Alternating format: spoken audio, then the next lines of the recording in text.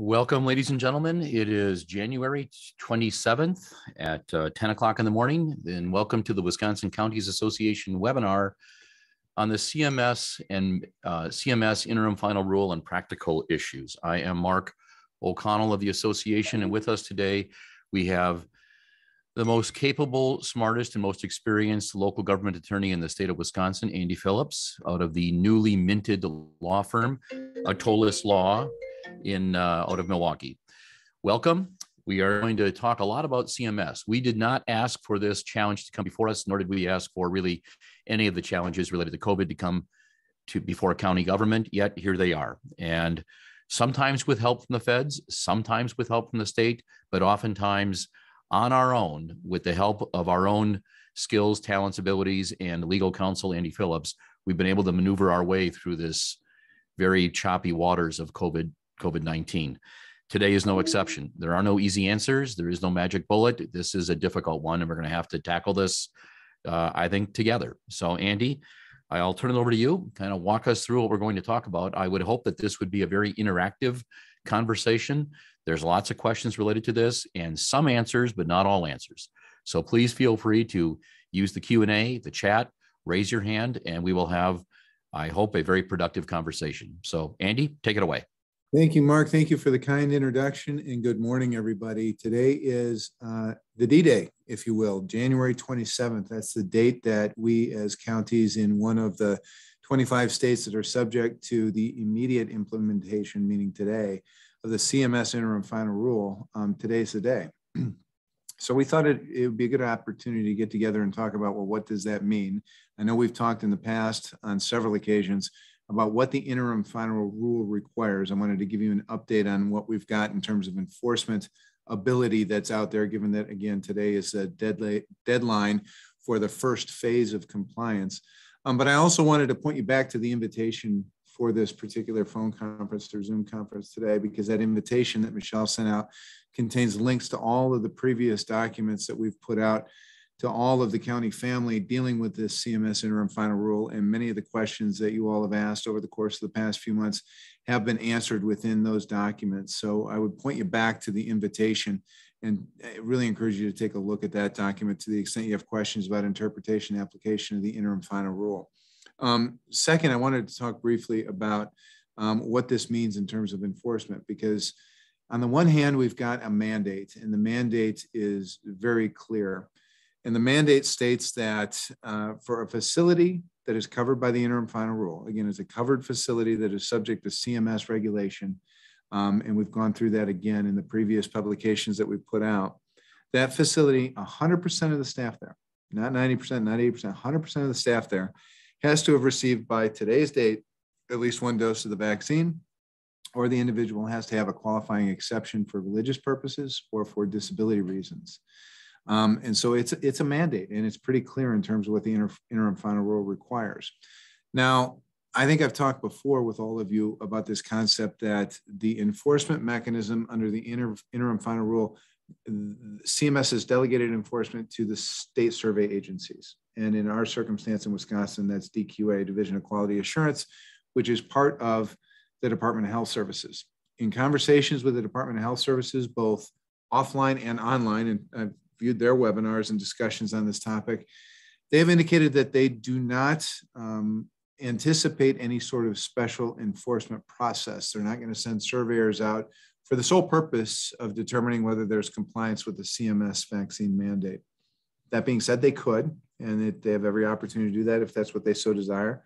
But they have said instead that they are going to view enforcement as a matter that is undertaken in conjunction with their regular survey process. And so all of you know, with covered facilities subject to an annual survey, and if there's a complaint, there's a complaint survey. So whenever DQA would visit your facility, whether it be for an annual or a complaint survey, they will go through the process of determining compliance with the CMS Interim Final Rule.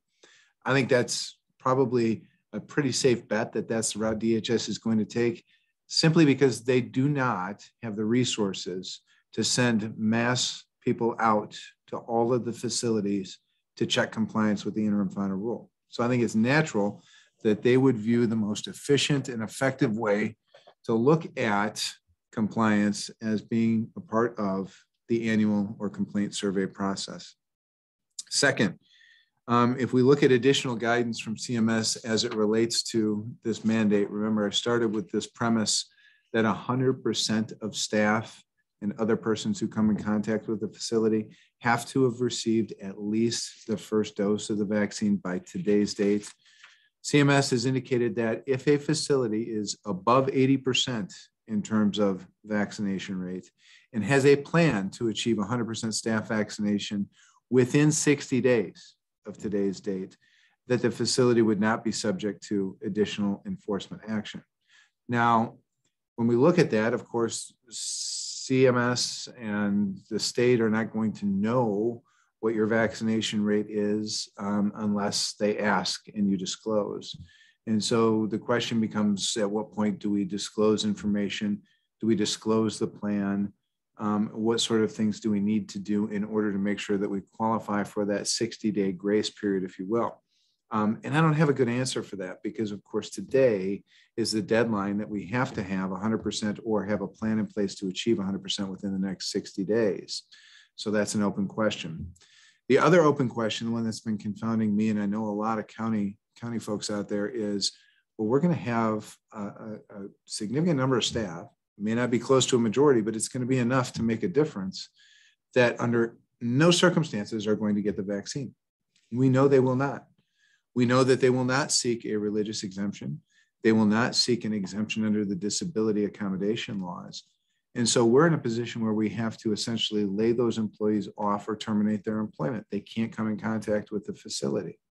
Once we have staff that can't come in contact with the facility of sufficient number, then we have the situation where we can't even operate the facility. And so we're left with a really terrible choice. Either we violate the vaccine mandate in the CMS Interim Final Rule and have staff that do not have that first dose in the facility providing patient care. And of course, they will have all sorts of PPE available to them, and they will utilize that, and we will do everything we can to keep patients and residents of the facility safe. But according to the CMS Interim Final Rule, that's not enough. You have to have 100% vaccination rate, or at least 80% with a plan to get to 100. So do we put that staff in the facility and continue operations? Or if that staff is forced out of the covered facility, are we in a situation where we have to look at downsizing portions of the facility, maybe even closing the facility? And then what do we do with the patients and residents that are in that facility? We can't just, and it's a pejorative, I don't mean to make light of it, we can't just buy them a bus ticket and say good luck.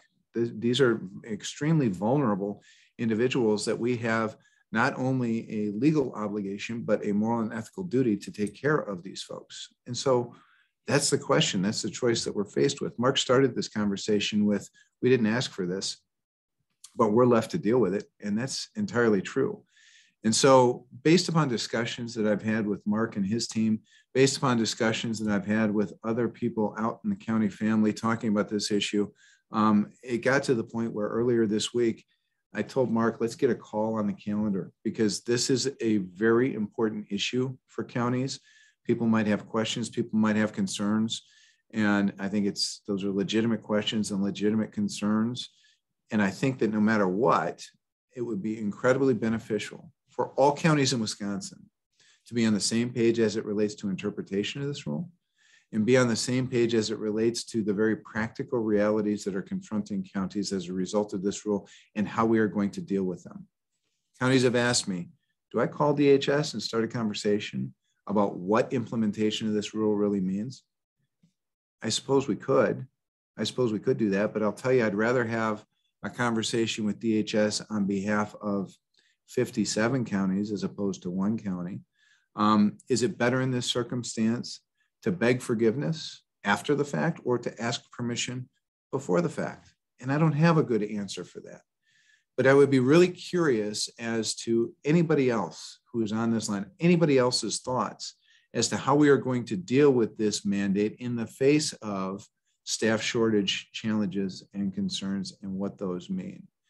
And so that's really the overview I wanted to provide. The phase 2 of the CMS Interim Final Rule, where we have to get to the second dose of the vaccine. Of course, we have to have that implemented within 30 days. So by February 28th is when we have to have the second dose. CMS has indicated in terms of enforcement that if we're at 90% of people at second dose with a plan to get 100% within 30 days from February 28th, that we're okay. So when I think about this, I think about today's date obviously being very important. If we get to 80% with a plan to get to 100% within 60 days, it's that 60-day period that we're really looking at. 60 days out from today's date puts us at March 27.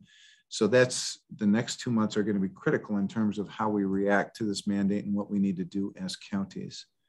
So with that, unless I've missed something, Mark, feel free to chime in, but otherwise I want to open it up to the group to have a discussion. If you want to just indicate, raise your hand, we will unmute you. And if you have questions or comments, feel free to put them in chat or Q&A, and we can kind of just gather thoughts and ideas about how we are going to come together as counties to work through this issue.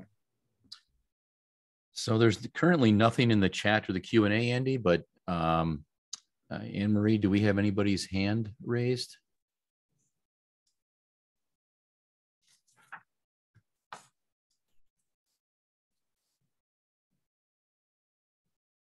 Bill Topol has his hand raised, and Bill, I guess you can unmute yourself because this is not a webinar, so feel free to unmute yourself. And how did I know that you'd have the first hand raised, Bill?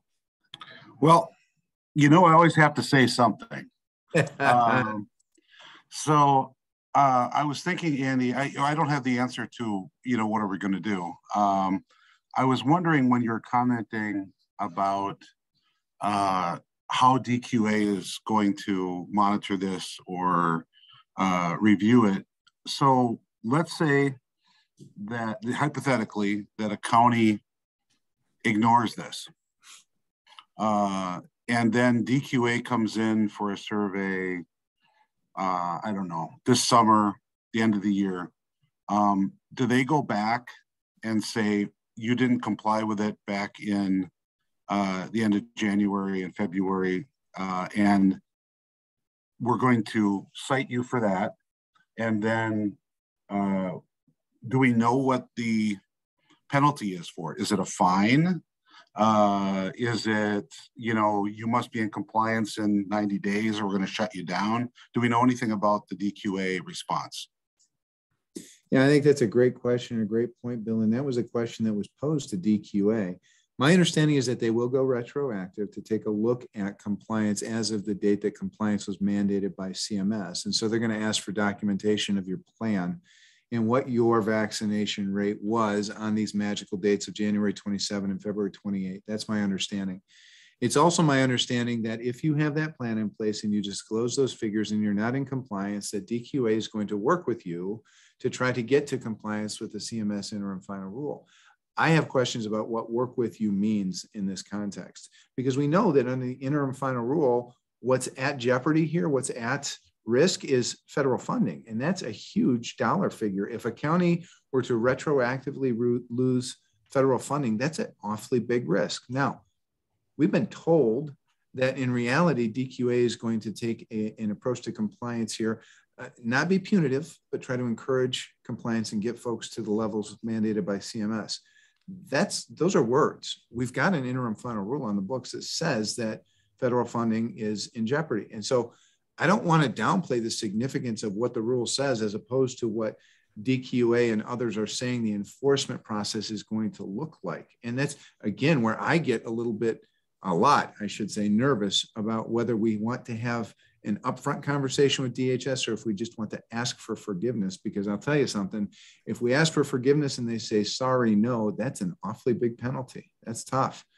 And so, I mean, I would weigh on the side of probably opening up a discussion with DHS, but I also don't want to, point out the fact that, hey, by the way, all of us are not complying. What do you think? That doesn't look good either. So, I mean, there's positive and negatives on both sides. And it's tough. And obviously, whatever I can do and the association can do to assist in those discussions with DHS, we're willing to do. But we don't want to, as an association or me, go to DHS and say, here's the problem, because that's going to put you all in a very difficult spot. So wish I had a better answer, Bill. I was hoping you had all the answers.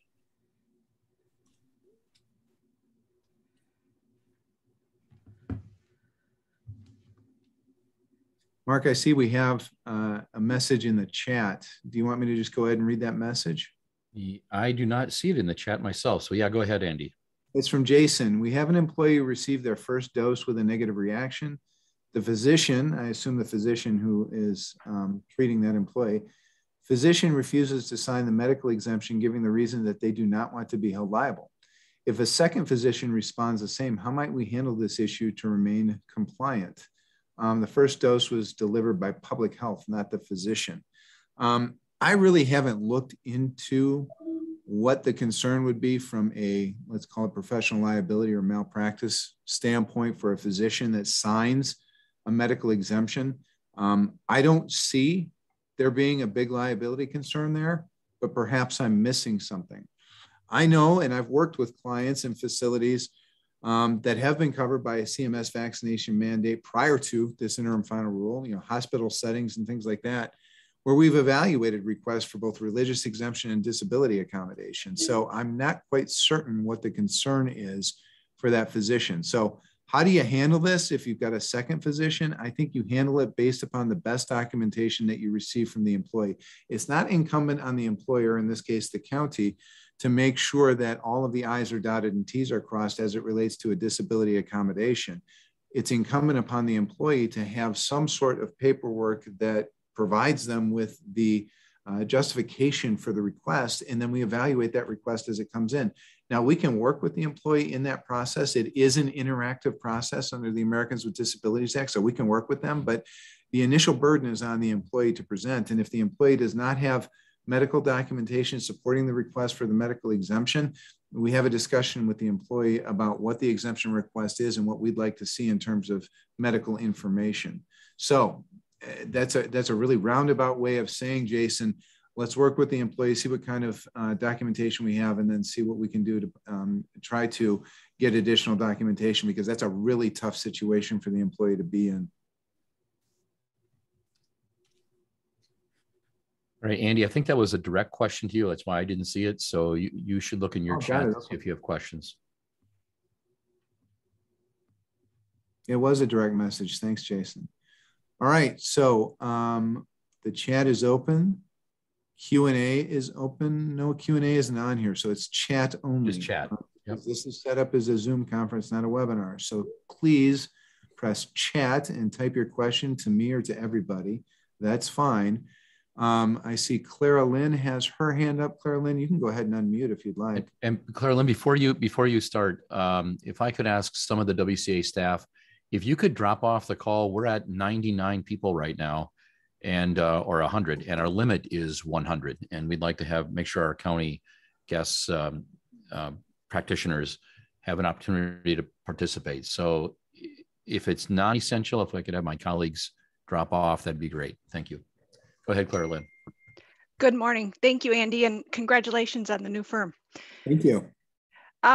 We do have a couple of employees that have neither qualified for an exemption or gotten their vaccination. So we will have to separate. Do you have any guidance on taking that action today? Our plan is to terminate as they are non-compliant. Yeah, and I think, okay, first of all, when we think about this concept of termination or laying off, I think different counties are going to approach it in different ways, and that's fine. I would treat this in a manner consistent with you as you would any other employee who, for example, has to have particular licensure in order to maintain their job. I'll use a really simple example, a commercial driver's license for a highway worker. If that highway worker does not have a CDL and we don't have other work for non-CDL holding persons, then we take action against that employee to either terminate or lay off. And your employment policies are going to govern what that particular action is. So in other words, be consistent in the way that we treat these employees as compared to other employees in the county. That's number one. Number two, today is the deadline. And so if we know that they are not going to get vaccinated, then under any circumstance, then I think we have every opportunity to take the adverse employment action today. Remember too, what I talked about, 80% with a plan to get to 100%. If the employee comes and says, Claire Lynn, I want to get vaccinated, I just haven't been able to go do it. So I plan on doing it on Friday. Well, that means we got a plan to get that employee vaccinated. That's different than an employee flat out refusing and saying under no circumstance. So I think you have to evaluate it case by case, because the one thing that we have right now is just unlimited time to think about these things and deal with these issues, right? It's very frustrating and it does take time, but deal with it case by case and evaluate, and then treat that employee in a manner consistent with the way we treat similarly situated employees under our employment policies. Do you have any idea, will these folks, I'm sure they'll be eligible for unemployment, right? I think they will be, yeah, because Yeah. I think absolutely they will be. Okay, thank you. Sure. Nothing in the chat, but any raised hands? Ask my colleagues, Anne Marie, Michelle, if you see any raised hands.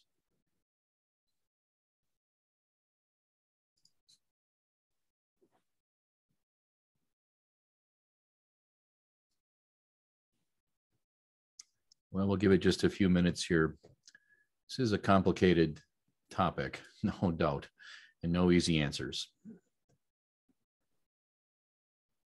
And let me just ask the question to the group. How impactful is this going to be to you? Are we looking at a crisis situation where we're not going to have enough staff to adequately staff a facility? Is any county facing that? I've gotten a couple of calls that strongly suggest that. I wonder just how widespread that is. If you want to put an answer in chat, again, just please, if you wouldn't mind sharing it with everybody and not just me. I want to know how widespread this problem is.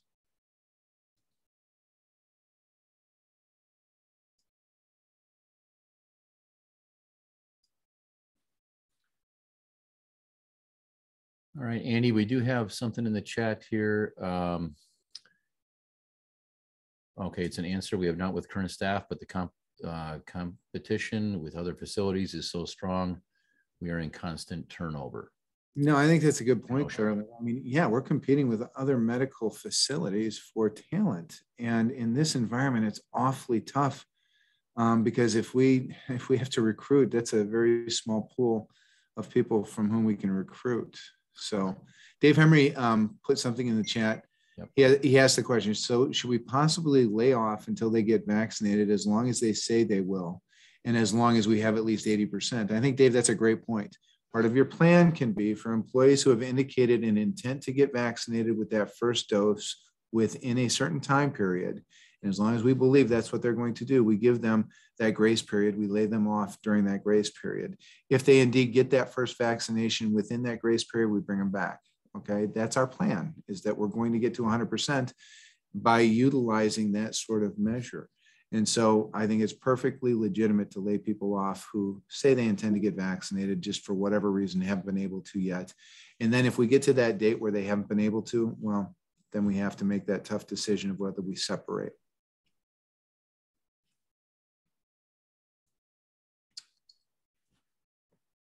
Okay. Bill has his hand up again. Bill, if you want to unmute, you can go ahead.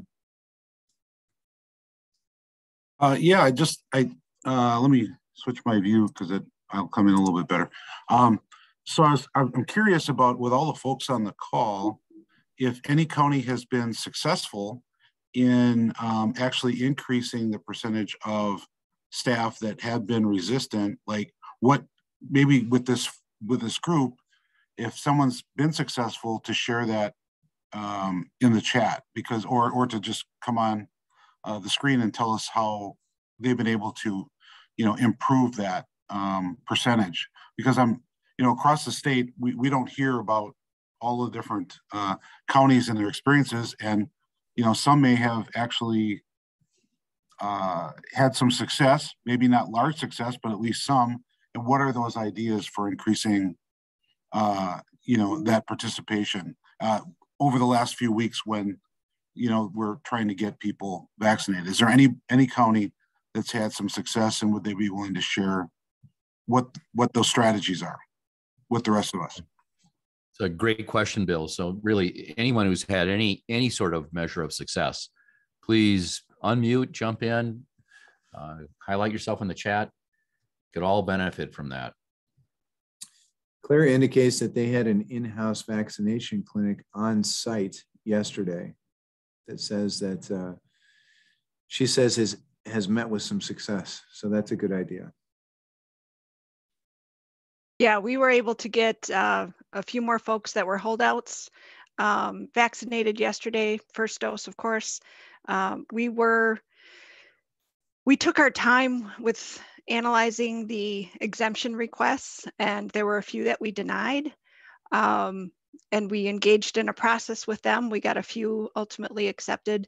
So we're certainly within that 80%. We're doing okay, knock on wood, like I said, with current staff, but with folks leaving and then having to rehire, you got to find folks that will be within the mandate. So.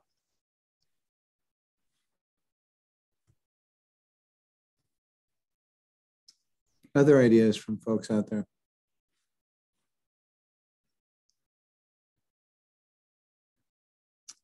So here in Waukesha County, we did similar. We had vaccination clinics. I think we had a couple of them initially back in November or December when this all came out. And then we also made sure we did is, the third shifters, when we were operating a 24/7 facility, we made sure that we had vaccination clinics, in the middle of the night for those folks that are on staff during the night. They can't maybe get there during the morning, and then continue to provide materials out there about the positives of vaccination, what are the pros and cons of it, et cetera. Just kind of stayed on top of the employees throughout this process. And we've had some success with that. I think we're only down to, out of 156 employees that are subject to this, I think we're down to about 10 with question marks right now. So we're doing pretty well. And with those 10 question marks there, are you guys going to, what's your plan on that? I know you guys have thought about what that plan looks like, because you're well within then the CDC enforcement window. So what's your plan then with that 10 group? Well, we have a meeting this afternoon, and I'm going to find out more at that time where we stand and what the plans are. I know there's a couple out there where they've maybe submitted an exemption request, but they haven't submitted it in the proper form. We've got a specific form to do that on per our policy, our HR policy. So there's like minor things that people need to do to maybe potentially be approved for those. So in my mind, we've got a plan for those folks. And so I don't think those are individuals that we need to worry about at this moment, but we obviously need to stay on top of them. I'm going to find out what the plan is for the others. Initially, some of the comments have been, we're going to see if we can transition them to another position, potentially, where they wouldn't be subject to the vaccination, although I don't know how realistic that is for everyone. And then I think from there, the plan is you got to address whether it's time to separate at that point. So we'll know more this afternoon. Good luck. Thank you. I see Claire Lynn added from Kenosha added that she also had public health come in for education sessions and one-on-ones to combat misinformation. I would suspect very helpful. I don't see a button for raising my hand, so I'm going to go ahead and talk if that's all right. Jump in. Yep. All right. Our infection control nurse has been very proactive in terms of just coming to the staff when they need them to get the vaccine. Out of 350 employees, we're down to 20 who haven't either received their first vaccination or gotten the exemption. I got to say we're probably up to about 30, maybe 35 approved exemption requests. So we've taken a very literal interpretation of the EEOC in terms of religious exemptions. A different question I have though is as it pertains to open meetings. Prior to COVID, we held our committee meetings on site. Now they're downtown. And when you're going through some more of the guidance, they talk about vendors and service providers needing to be fully vaccinated before they come in contact with residents and staff. How does that pertain to open meetings? In the near term, at the very least, we're going to have to continue to host our meetings at our administration down at the administration building.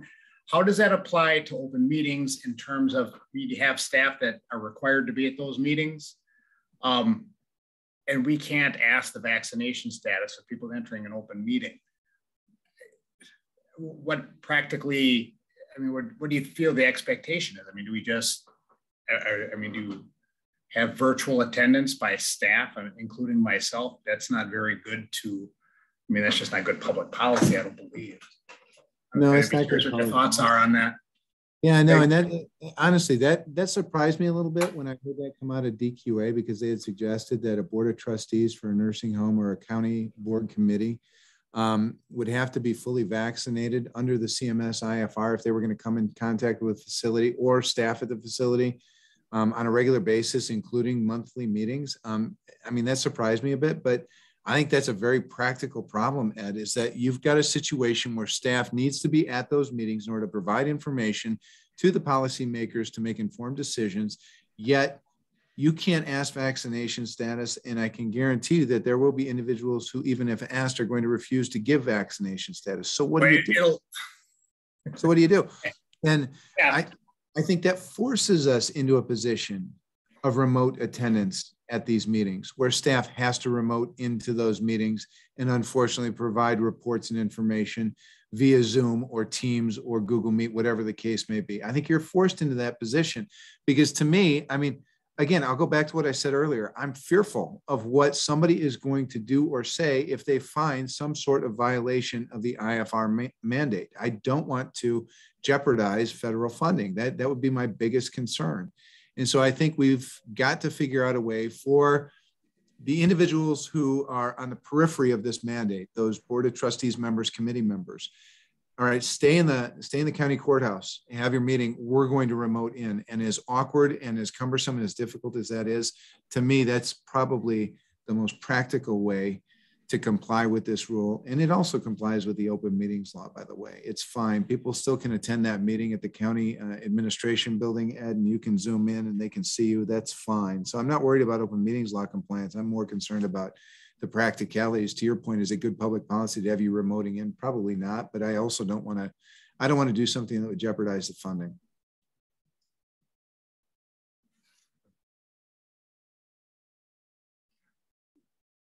What about appearance at, just say, the full county board meeting?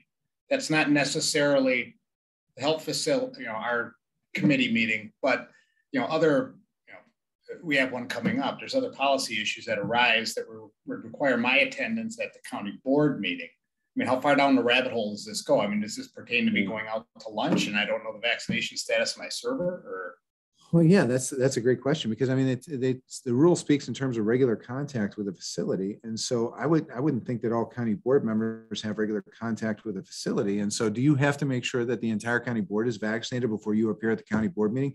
My answer is no. I don't think so. I don't think that's what the rule is, what's intended by the rule. But I think as soon as you get into a situation where we've got a group that meets every single month in order to discuss your particular nursing home situation, and you're expected to be at that meeting, then that's regular contact under the rule. And that's where we start getting into that area where remote attendance would be appropriate. But I think for a county board meeting, I think you'd be okay unless somebody disagrees with me.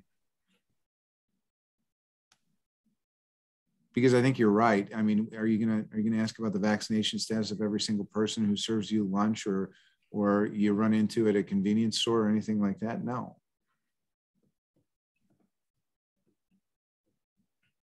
Andy, on a related topic, Corey in Door County asks, my read of the Q&A docs is that those health and human service departments that do not operate a facility, nursing home or community mental health inpatient facility, are not subject to this rule. Can you please comment? Just want to be sure that there is not some component of our operations that we are not considering. Yeah, and that we addressed that in the supplemental Q&A that is contained within the link that Michelle put into the chat box when we started the meeting. And it was also linked in the invitation to this meeting. So take a look at the supplemental Q&A. I want to make clear that it's only covered facilities that are subject to the CMS IFR. And so if you are a facility that simply receives Medicaid funding, but you're not a covered facility under CMS regulations, you are not subject to this rule. And it's very difficult for me to draw an exact boundary over this, other than to tell you, if you are subject to conditions of participation and things of that nature under the Medicaid rules, meaning you're subject to the survey process through DQA, you're going to be covered by this rule. But if you're not, you are not. And so talk to your corporation counsel, take a look, and just double check to make sure but a Health and Human Service Department is not automatically going to be subject to the rule, but there may be elements of the Health and Human Services Department, again, depending on how your county is organized, that may be subject to the rule. Andy, a follow-up to the attendance and meeting issue. What about attendance at other committee meetings, county board, finance, human resources, executive committee, et cetera? I think it's a great question because it comes down to what do we define as regular contact. And so if we have regular contact with individuals and I mean monthly, I think that you're going to be subject to the rule. And so as painful and difficult and challenging as it might be, to be safe, we go to remote attendance, at least for now. I had another question here that I wanted to address because it was, I think it's a great question. I've had this question asked of me.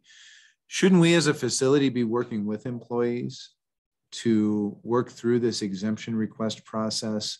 And I won't go so far as to say encourage it, but at least work with them because we have such a tough time finding staff. And you know what? We want to make sure that we have enough people to keep our facility open. Understand that CMS and DQA as a surveyor and enforcer, they're going to expect that you apply a request for a religious exemption or a request for disability accommodation with the same vigor and analysis as you would under any other circumstance. And so what's been made clear is it cannot be a check the box form that says, I have a religious belief and I'm exempt, and therefore you grant the exemption. You have to have a process in place. And it would not surprise me if at some point down the line, DQA asks you to show them your process. And so I can't comment on the particulars of working with an employee as it relates to an exemption because it is an interactive process. So there has to be some element of working with them. But I will tell you that I think it would be inappropriate to encourage a request for an exemption. And it would also be inappropriate to simply grant blanket exemptions. That would be a problem.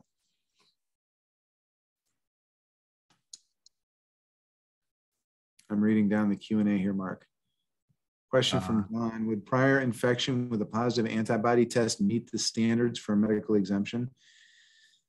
Probably not, no, because I don't know that that is recognized as being a basis for an exemption from a vaccination requirement. Typically, all the exemption requests that I've seen talk about adverse impacts as a result of the vaccination from a medical perspective. And so I would be hesitant to say that a positive antibody test is going to meet the test.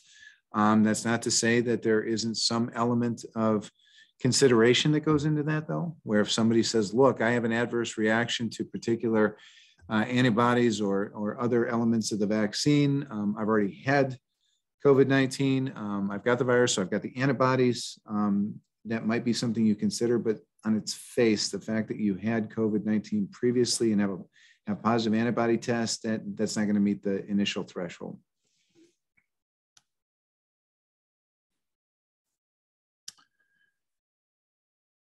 Andy, I see nothing else in, oh, here we have one, okay. It takes an exception. Is there an exception we reassign staff that have an exemption? What about nurses and CNAs? Is there an expectation? I mean, I'm sorry, expectation, yes.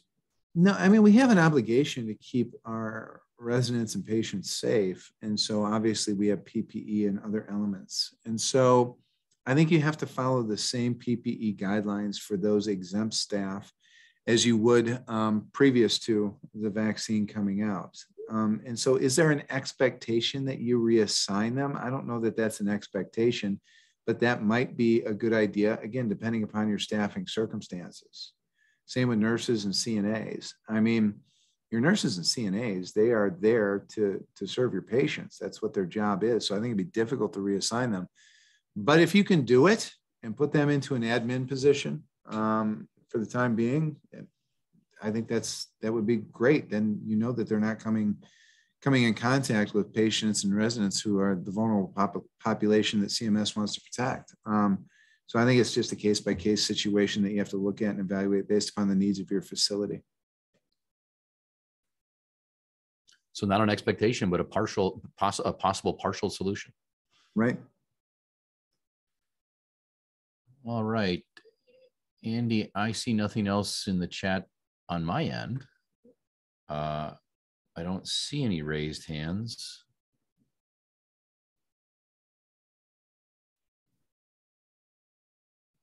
All right, why don't we we'll give it a minute or so, Mark, and see if anybody else wants to raise their hand or put something in chat. But I would suggest to the attendees that if something occurs to you following this webinar, please feel free to call Andy directly. Andy, maybe you want to give you your contact information so people can call you, but you may talk with your staff about this. Something else may occur to you.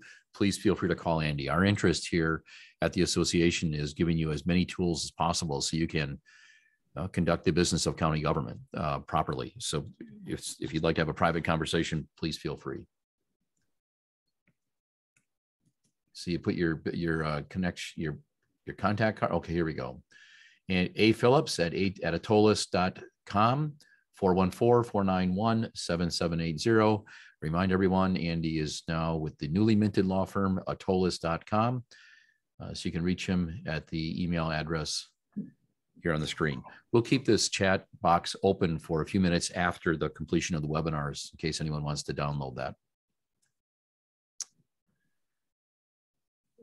Here we have another question, Andy. Could you please give direction as to how to draft a policy to address any exemptions? that's something you want to work with your HR group and corporation counsel on. And Don, I know Brad is familiar with these issues, and please tell Brad if he has questions, he can reach out to me because we've assisted in drafting those policies. I can't really give you a template policy because it's not one size fits all. The important thing is that it's an interactive process and that we want to have a series of forms to document what the request is and what the substantiation is for that request.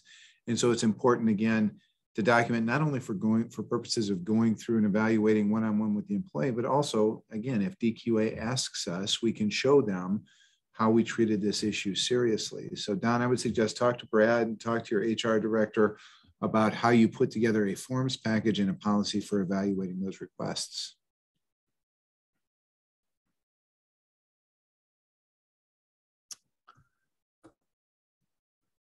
All right. Well, Andy, any final thoughts or comments?